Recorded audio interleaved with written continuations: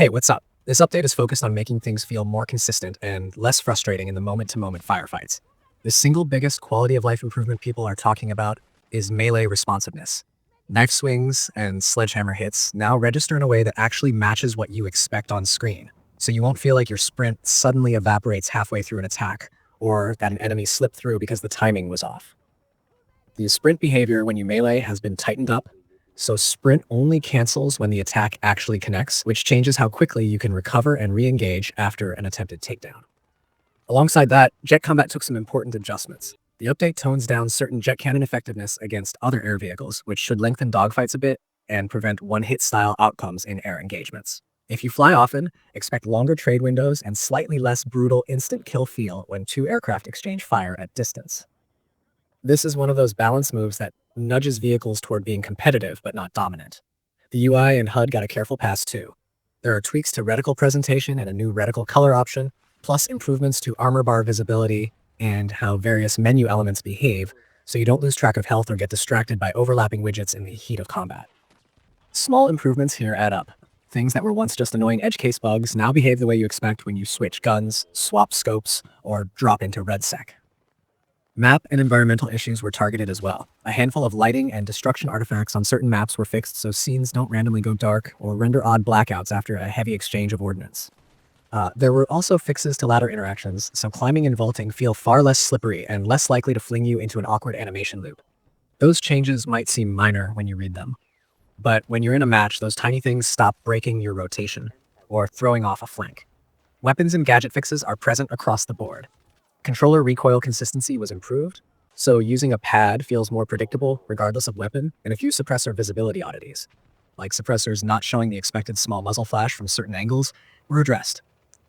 There are also specific weapon and gadget fixes that patch up weird corner cases where damage or status effects applied incorrectly. In short, the guns should feel a touch more reliable and less subject to random outcomes.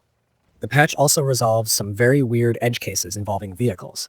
One that had players reporting explosions when performing takedowns on enemies who were lying on top of vehicles has been corrected, which is the kind of bug that made for unpredictable and upsetting deaths. Stability improvements were extended to REDSEC Battle Royale and Gauntlet, so crashes and matchbreaking glitches should be less frequent. That's important because those modes were suffering from a handful of reliability issues. If you're wondering about file sizes and what to expect when the preload completes, reports from console players put the preload around the mid to high tens of gigabytes, with community reports clustering around roughly 16 to 25 gigabytes depending on platform and which optional components are included. Your mileage will vary based on whether you download all the HD packs, single-player assets, or just the core multiplayer content. Platform rollout was standard. This build was pushed to PlayStation and Xbox consoles and rolled through PC launchers as applicable. So everyone should see the update show up in their launcher or game hub around the announced go-live window. The devs scheduled the release and gave a public changelog ahead of time, so it wasn't a surprise stealth patch. It's meant to be a surgical improvement set prior to the next season update. A couple of community-facing notes you'll want to keep in mind are these. Some of the changes are deliberately conservative because the developers want to avoid swinging too hard on vehicle or weapon balance before gathering more data, and some fixes are explicitly targeted at oddball reproduction steps rather than broad systemic changes. So you'll notice quality of life fixes more than a radical rebalance. Things like melee timing, ladder behavior, HUD clarity, and a handful of weapon consistency tweaks are what define this update. If you follow the roadmap, this patch also arrived amid a slight calendar shuffle for the seasonal content. Season 2 had its release date adjusted, so the team could ensure that new content drops cleanly and without compounding bugs, and part of what this update does is stabilize the experience while that next wave gets finished. That context explains why the update focuses on polish and reliability rather than adding new maps or modes. From a creator standpoint, these are the sorts of fixes that translate into fewer what-the-heck moments in clips and fewer matches ruined by oddities that are out of player control. From a player standpoint, they make the game feel more intentional.